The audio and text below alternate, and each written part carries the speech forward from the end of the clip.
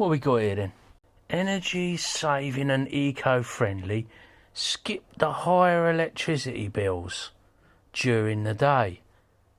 The efficient solar panel converts the sunlight into electrical energy stored in the built-in rechargeable battery.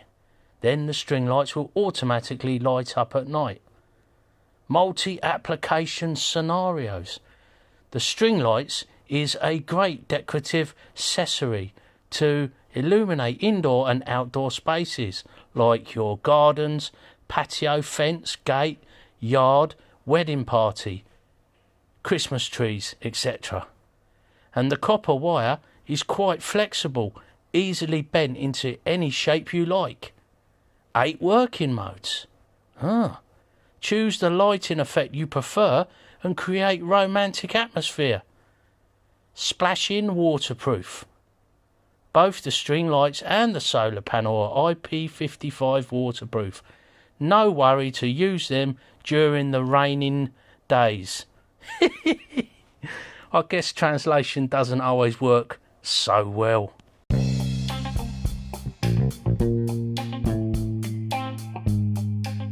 Hello, I'm Colin Green and you are listening to Spike Pit.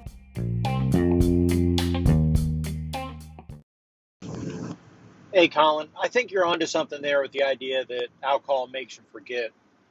But, I mean, it shouldn't just be only a bonus at that point, right?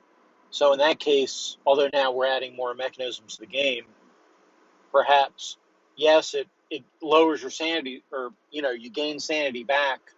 But the next time you lose sanity, you lose whatever alcohol regained you plus the new sanity loss. Because, it all comes flooding back to you. So, I don't know. Maybe something like that. Maybe that's too punitive. And in a game that we're just going off literature tropes, we just accept that alcohol is a good thing. I'd like to think alcohol is a good thing. But ultimately, I know better. Which kind of makes you wonder why I do drink. Well, not to get into philosophy, my friend. But anyway, there's my idea on alcohol in games. Yep, Jason, I totally agree with you. I'm not inclined to bring too much realism with reference to alcohol into my games. I'm much more in favour of the kind of heroic, literary, almost magical powers that are granted to alcohol. Mythical powers, perhaps. Sometimes reality and medical knowledge just doesn't translate very well to our fantasy worlds. And that's really what I want to talk about today.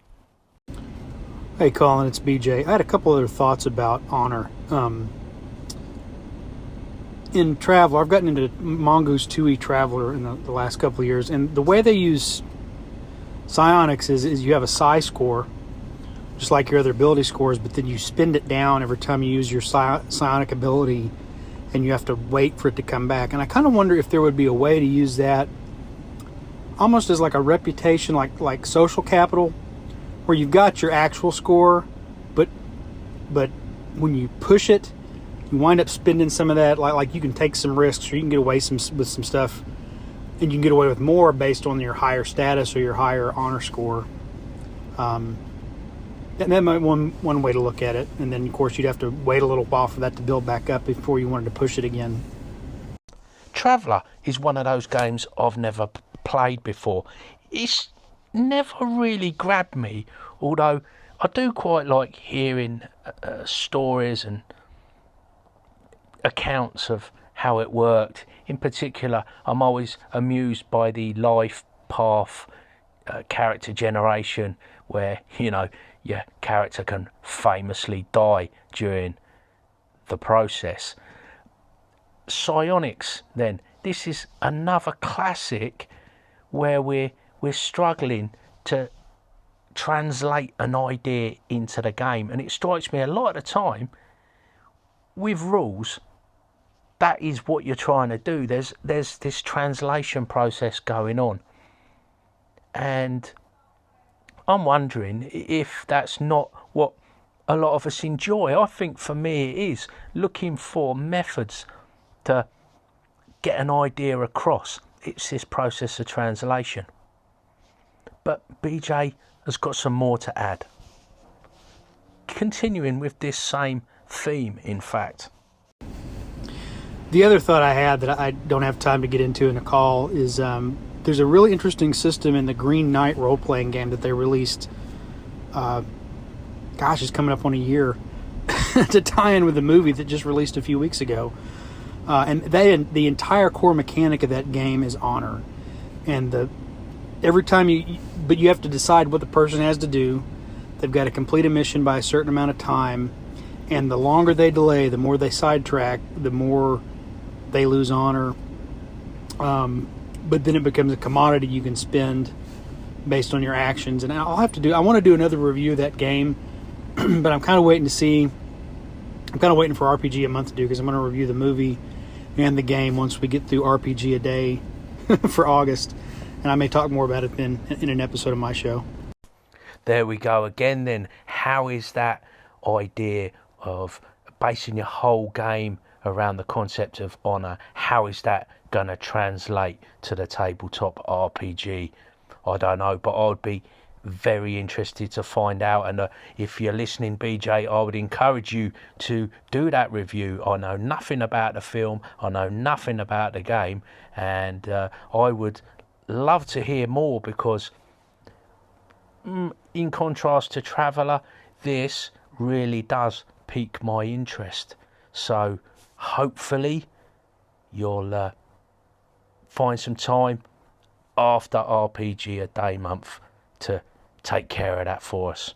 That was BJ of the Arcane Alienist, and before that we heard Jason Connolly of Nerds RPG Variety Cast. Cheers, guys. The other thing I wanted to add into this episode regarding how well or how badly things translate is an account related to our current home game. We've been playing Star Wars using a 5th edition based rule set, and part of it I thought initially seemed quite interesting, and it's this concept of something called tech casting, and it's kind of like your cleric spells, the reskinning of cleric spells as technology. That's probably about the best way to explain it.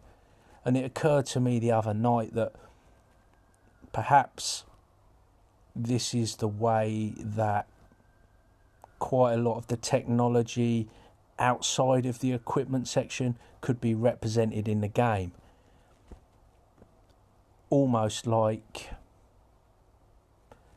ancient arcane artifacts, magical items, stuff like that. You could use these tech powers, and that caught my interest. But now I'm not so sure it's not a bit confusing. The other thing I'm finding is the translation of 5th edition to Star Wars and 5th edition players to a Star Wars world is it can be tricky in a technological or different world or setting that you don't understand, to understand what's going on sometimes, and when you're trying to plan things out, your player skill becomes of limited use unless you're a mega fan and you know the ins and outs of the universe, or maybe you're a very scientific fellow who's got a great grasp of physics. But even then, physics in the Star Wars universe is not necessarily a lot of use to you. So perhaps you can end up falling back on rolling attribute checks and using skills off of the character sheet, which is fine by me, but I'm not sure my brother, I'm not sure it sits so well with him. And as he's the one running the game, I wonder sometimes if he's expecting us to come up with a good plan for doing something just by, chatting amongst ourselves and figuring out what's going on. We've got a couple of younger players, and I can imagine that it's perhaps worse for them if we get into a protracted debate about something. I'm trying to think of an example. The other day we were just trying to look at how echolocation of bats might work and how you disrupt it. Is it simply a matter of just making loud noises? And this kind of stuff crops up all the time when you're able to tinker and create devices, like stripping things off of a skimmer, taking the horn, say, or a warning alarm off of a vehicle, and then using a technology skill to amplify it and make a loud noise. We're just trying to figure out some of these scientific things all the time, and I don't know. Sometimes I think stuff's getting lost in translation. I'd perhaps be interested to hear from people that do a lot of sci-fi games how they translate that theme into the game and do it successfully. So, yeah, I don't know what to make of it, and I've got no more to add.